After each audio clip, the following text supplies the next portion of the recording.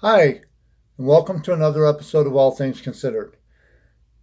Tonight, I'd like to speak to you about Seattle, regentrification, groups that are taking over, and how it is destroying a once vibrant, multiracial Greenland.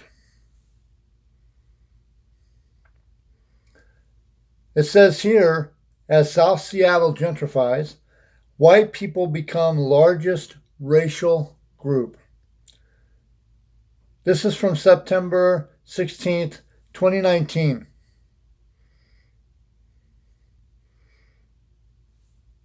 South Seattle is by far the most racially diverse area of the city, one that has welcomed many immigrant communities over the years.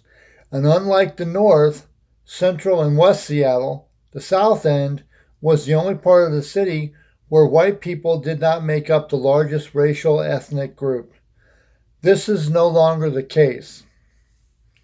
According to the most recent census data, white people are now the largest racial ethnic group in the South End, surpassing people of Asian descent.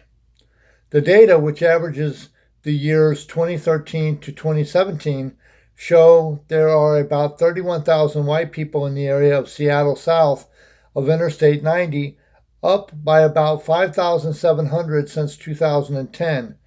The rate increase of white people far outpaced the total population growth for this section of the city.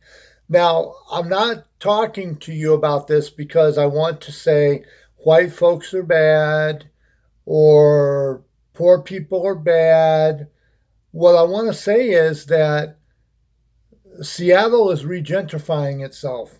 And when I say that, it was gentrified a while back. You had the working class, which was being overtaken by the tech industry. You had the Boeing, you had the factories, you had ship workers, things of that nature and you had the dock workers and shipping and exports and fishing overtaken by the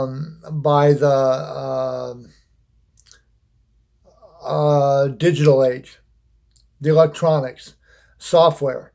Those people have gentrified Seattle, so now it is known as a tech industry instead of a fishing industry, or as known as a hub for the airport, Boeing, and all that. So now it is being regentrified, which means that it's being redone again on top of what has already been done to it before. So now it's like everybody is being targeted if you're under a certain income bracket.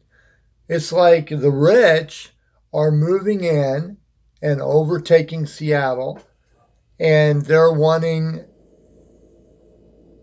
everybody to be in a certain income bracket to survive there.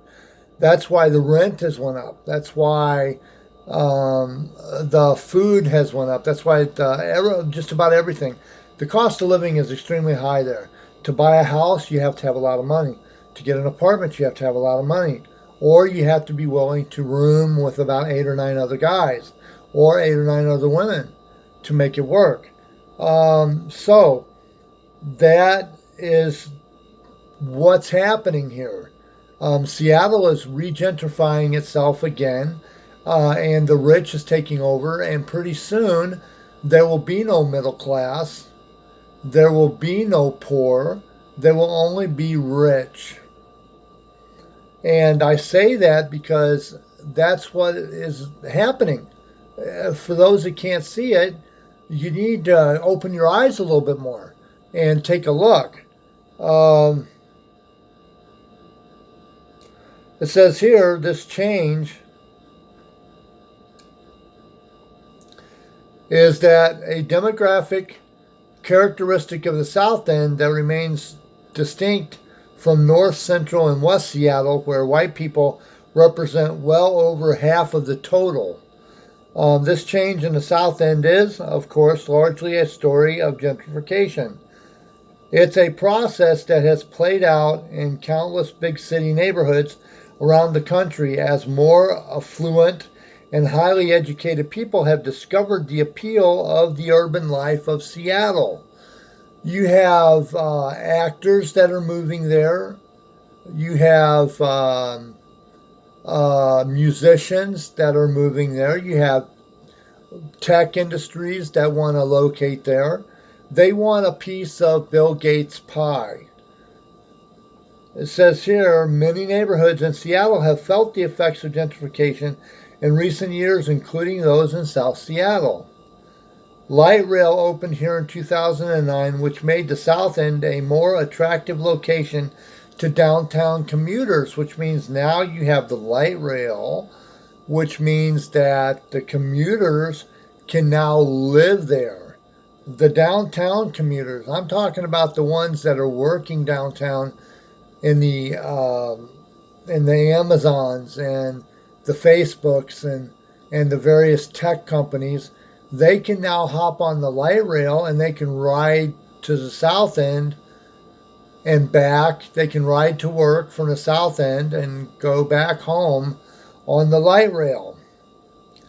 It says here that, as you'd expect, the cost of living has gone up a lot. Rent increases in some neighborhoods like Columbia City and North Beacon Hill have been among the highest in the city since 2010, according to Zillow rental index data. It says gentrification doesn't always have a racial component, which is very true. And Seattle has a couple of good examples of this, Ballard and Capitol Hill. Both neighborhoods were predominantly white before gentrification took a hold. And in fact, census data shows that these neighborhoods have actually become a little more diverse in recent years, even as they're gentrified. But more often than not, in big American cities, gentrification has been characterized by an influx of more affluent, white residents with loads of cash and a displacement of poorer people and people of color. People that are just getting by, that do not have a life. They have just enough money to pay their bills, and pay their rent, get their groceries, and that's it. It says we've certainly seen this in Seattle as well. In 1970, Seattle's Central District was nearly 3/4 black. Today, it's about 15% black, and the majority of the residents are white. White folks are taking over. They do it everywhere. Why not Seattle? The Chinatown International District is currently grappling with displacement issues as it gentrifies. Until the current decade, Asian people were the largest racial ethnic group in South Seattle. If you go back to the 2000 census, Asian people made up 40% of the population. That number has dropped steadily since then. The most recent data puts Asian people as the second largest group at 30% of the population. The Asian population in the South End totals about 29,000, a slight decline since 2010. Black people, the third largest group, now make up about 21% of the South End residents, down from 23% in 2010. But both Latino and multiracial people increased in their share of the population since the start of the decade. The neighborhoods in South Seattle with the biggest increase in white populations are Beacon Hill, Mount Baker, and Othello. Areas near light rail stations where there has been a lot of new development. They bring in the light rail, then they want to add high-rise apartments, and they want to advertise to the white folks it's a great place to live because you're close to everything you want. So they make it look really attractive, and a bunch of white folks move in and take over. Now, What I want to talk to you about now, really quick, is what gentrification is exactly, what it means. Let me type this in. I thought I had.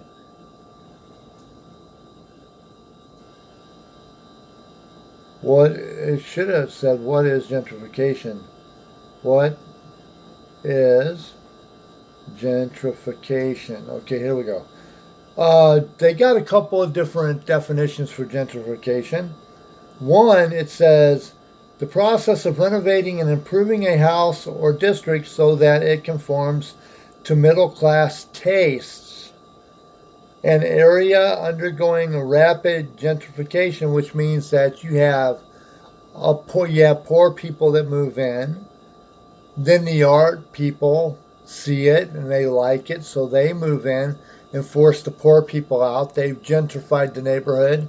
Then you have upper crust rich folks that see the neighborhood now that it's gentrified, and they want to come in and re-gentrify it and push all the art people out, and they want to make it nothing but rich. So now it's a rich neighborhood. The process of making a person or activity more refined or polite, which means that they're taking Seattle to refining school, making it in their image. Gentrification is a process of changing the character of a neighborhood through the influx of more affluent residents and businesses. They think that the neighborhood is bad. They think that the neighborhood could use a tune-up, a remodeling, as you will. They think that Seattle should. They think Seattle is wasted potential. That Seattle should be nothing but rich. When you walk out your door, people are lighting cigars with $1,000,000 bills. It says here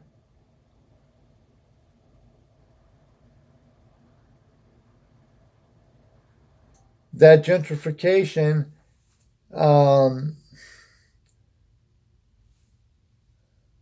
it says that gentrification is a way for people to come in to an area that they see falling apart, and instead of helping the ones that live there progress, they want to squish them down and push them out so they can take over and make it in their image. So that's what's happening to Seattle. I've seen it for the last few years. I've put notices up on my YouTube channels. I've talked about this a little bit in the past, but I haven't really talked about gentrification or regentrification. Two separate words, meaning almost two totally different things, connecting into the same neighborhood to exact the same effect. Anyway, if you have anything to add to that video, please put it down in the comments below. I'd love to hear about it, and I'd love to talk to you about it. If you have another idea for a video that you'd like me to do, please put it in the comments below. Also, if you want to like my video, please give me a big old thumbs up. Hit that thumbs up button. Squash it as hard as you can. Also, give me a subscription. Subscribe to me, please. It's down there. The button is down there somewhere. I'm sure with a little, with a little American know-how, we'll be able to find it. Anyway, on that note, I'm going to let you go. This has been All Things Considered. Have a good night, Seattle, America, and all points beyond.